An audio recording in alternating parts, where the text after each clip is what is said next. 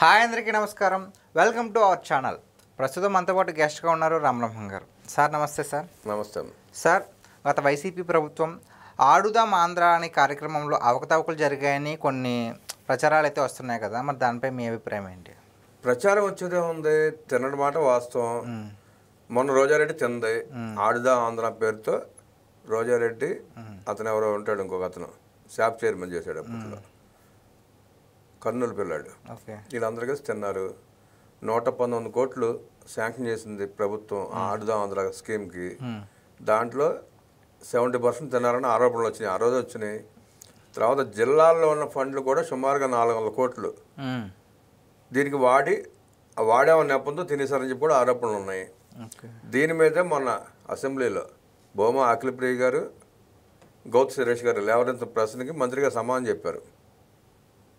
జరిగిన మాట వాస్తవమే, దాంట్లో తిన్న మాట వాస్తవమే, ఏసీబీ ఎంక్వైరీ వేస్తామని చెప్పి ఆయన ప్రకటించారు. మొన్న ఆడుదాం ఆంధ్ర పేరుతో రోజారెడ్డి తింది, రేపు నుంచి ఏసీబీ ఆవిడతో ఆడుకుంటుంది. ఆ రోజు ఆడుదాం ఆంధ్ర ప్రోగ్రాం మొదలుపెట్టిన రోజున ఆవిడ క్రికెట్ బ్యాట్ పట్టుకుని ఆడతా అంటే ఆవిడకి రాలేదని చెప్పి, పట్టుకోవడం చేతకలేదని జగన్మోహన్ రెడ్డి గారు వచ్చి ఎలా బ్యాట్ పట్టుకోవాలో చూపించాడు.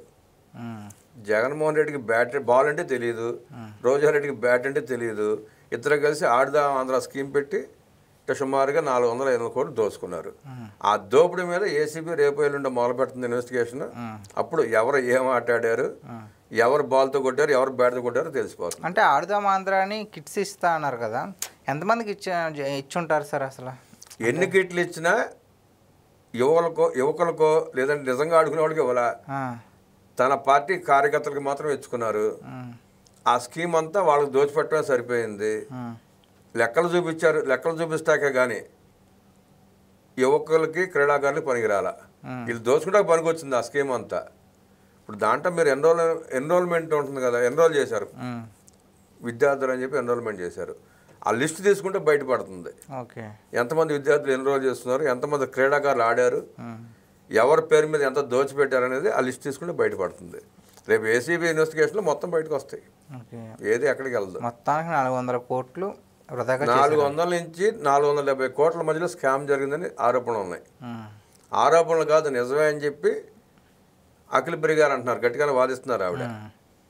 వాళ్ళిద్దరు కోరిక మీదే మడింపల్లి ప్రసాద్ రెడ్డి గారు మంత్రి, సంబంధిత మంత్రి, ఆయన ఏసీబీకి ఇస్తామని చెప్పారు. రేపు రెండు మొదలవుతుంది విచారణ. ఆ విచారణ ఎదుర్కోక తప్పదు. మరి ఈవిడ అప్పుడు నా వయసు ప్రభావంతో నేను జైల్లో ఉండలేనంటుందా, లేదు అంటే నాకు ఇబ్బంది ఏం లేదు నేను జైలుకి వెళ్తానంటుందా? ఈ మాట ఎందుకు అన్నానంటే, ఈ మధ్య ఆవిడ పదే చంద్రబాబు గారిని ముసలాడు అంటుంది. ఆయన 74 ఏళ్ళకి ముసలాడు ఆయన అయితే, ఈవిడికి 58 ఏళ్ళు 60 ఏళ్ళు వచ్చి ఉంటాయి సుమారుగా.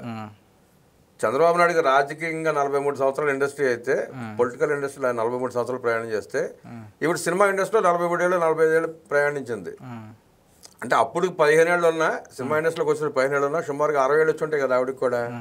మరి ఆవిడ ముసలిదే కదా, ఈవిడ ముసలిది కాకుండా పోతుందా? పోనీ ఈవిడికి 74 ఏళ్ళు రాకుండా ఆగిపోతుందా? ఈవిడేం దేవుడి దగ్గర నుంచి వరం తెచ్చుకోలేదు కదా నేను ఇక్కడే ఆగిపోతానని. పదే మధ్య అంటుంది ఆవిడ. మీరు విన్నారో లేదో, గమనించారో లేదో సార్? ఈ ఆడుదాం ఆంధ్రాలో అవకతవకలు ఉన్నాయని నిజంగా గ్రహించిన తర్వాత మరి శిక్షలు ఎలా ఉండబోతాయి అంటారు? ఆ శిక్షలు ఎలా ఉండబోతాయండి మనం ఎలా చెప్తాం? ఆ ఏసీబీ ఇన్వెస్టిగేషన్ చేసిన తర్వాత ఎవరి పాత్ర ఎంత ఉందో, దాంట్లో జగన్ రెడ్డి ఎంత దోచుకున్నాడు అంటే ఏంటంటే సార్, ఎంత డబ్బులు దోచుకున్నారని నిరూపిస్తే అంత డబ్బు తిరిగి కట్టాలని అంటారా, లేదంటే జైలు శిక్ష ఉండే అవకాశం ఉందంటారు? రెండూ ఉంటాయి. ఇప్పుడు ప్రభుత్వ సొమ్ము దుర్వినియోగం చేసినప్పుడు రికవరీ ఉంటుంది, అలాగే శిక్ష కూడా ఉంటుంది. నువ్వు మంత్రిగా ప్రమాణ స్వీకారం ఏమని చేస్తారు, గవర్నర్ ఏమని చేపిస్తాడు, న్యాయబద్ధంగా ప్రజల సొమ్ము నేను కాపాడుతానని చెప్పి ప్రమాణ స్వీకారం చేపిస్తారు. నువ్వేం చేసావు, ఆ ప్రమాణ స్వీకారాన్ని ఉల్లంఘించి దోసుకున్నావు, అడ్డగోలుగా దోసుకుంది. ఇప్పుడు మీకు ఆడుదాం ఆంధ్రాలో ఒక్కదంటే దోసుకోవాలా, అదొక్కటే కాదు, ఆవిడ మీద ఋషికొండ కూడా ఆవిడేగా. ఋషికొండ గుండు కొట్టించిన దగ్గర నుంచి కంప్లీట్ చేసి బాత్రూంలో టబ్బులు పెట్టేదాకా మొత్తం ఆవిడేగా పెత్తనం చేసింది. సుమారుగా దానికి కూడా 600 కోట్లు ఎంత ఖర్చు పెట్టింది కదా. 600 కోట్లు ఎంత తినేసిందో తెలియాలిగా లెక్కలో. అంతకుముందు ఉన్న పర్యాటక భవనాన్ని కూలగొట్టించింది, వాటి విలువ 200 కోట్లు. ఇప్పుడు అన్ని విచారణ ఎదుర్కోవాలి ఆవిడ. రోజారెడ్డి గారు ఆ విచారణ మొత్తం ఎదుర్కోవాలి. ఇది కాకుండా నగిరిలో ఎన్ని స్కాములు చేసింది. నగిరిలో ఉన్న ఇసుకని పక్కన చెన్నైలో అమ్ముకుని వేల కోట్లు సంపాదిందని చెప్పి అక్కడ ప్రచారం జరుగుతుంది. అలాగే టీటీడీ టికెట్లు వాటి మీద కూడా బోర్డు దోచుకుందని. ఎప్పుడు వెళ్ళినా 50 మంది 100 మంది, మనిషికి 5,000 తీసుకుని ఎంత అవుతుందో లెక్కేయండి. ఆవిడ మంత్రిగా పనిచేసిన నాళ్ళు లేదంటే ఎమ్మెల్యేగా పనిచేసిన నాళ్ళు 4-5 సంవత్సరాలు సుమారుగా కనీసం 2,000 రోజులు వెళ్ళి ఉంటుంది తిరుమల దేవస్థానానికి. అంతే కదా, 5 3 15 5 6 1800 రోజులు అనుకోండి, 1000 సార్లు వెళ్ళి ఉంటుంది. ముందు మనం 2,000 రోజులు తప్పది, అది కట్ చేసేయండి. సుమారుగా 1000 సార్లు వెళ్ళి ఉంటుంది తిరుపతి. 1000 సార్లు 100 మందిని తీసుకెళ్ళిందంటే మనిషి దగ్గర 5,000 10,000 తీసుకుందంటే 8,000 కోట్లు అయి ఉంటాయి. ఇలా ఒక రకంగా కాదు, తనకు అవకాశం ఉన్న దగ్గర దోసుకుంది, దోపిడీ చేసింది. పైగా ఎదటండి ఎమోషనల్ బ్లాక్మెయిల్ చేయడానికి, ఎమోషనల్గా వాళ్ళని ఇబ్బంది పెట్టడానికి పిచ్చవాగుడంతా వాగుతుంది. లోకేష్ గారి గురించి మాట్లాడుతుంది. లోకేష్ గారి గురించి మాట్లాడే అర్హత ఆవిడకుందా? ఆవిడకి ఏబిసిడీలు కూడా రావు. ఆవిడకు ఈ లోకేష్ గారి గురించి, విద్యా వ్యవస్థ గురించి, లేదంటే దావోస్ గురించి మాట్లాడటం ఏంటి? అట్లా మాట్లాడే స్థాయిలో లేరు వాళ్ళు. అలాగే పవన్ కళ్యాణ్ గారి గురించి మాట్లాడుతుంది. పవన్ కళ్యాణ్ గురించి మాట్లాడే స్థాయి ఆవిడది. ఇప్పుడు నీ వెనకాల ఇన్ని తప్పులు పెట్టుకుని నువ్వు ప్రజల సొమ్ము ఇంత అడ్డగోలుగా దోచుకొని నువ్వు వాళ్ళ ముగ్గురిని విమర్శిస్తున్నావు అంటే నేను ప్రజలు క్షమిస్తారా అసలు? ఓకే సార్, ఈ ఆడుదాం ఆంధ్ర అనే కార్యక్రమం కేవలం స్టూడెంట్స్కేనండి, లేదంటే యువతకు కూడా ఇచ్చే ప్రయత్నం? స్టూడెంట్స్ని ఇన్వాల్వ్ చేయాల, యువతని ఇన్వాల్వ్ చేయాల. వాళ్ళ పార్టీ కార్యకర్తల ముసుగులో కార్యకర్తలు మాత్రం ఇన్వాల్వ్ చేశారు. వాళ్ళ పేరుతో వీళ్ళు తినేశారు.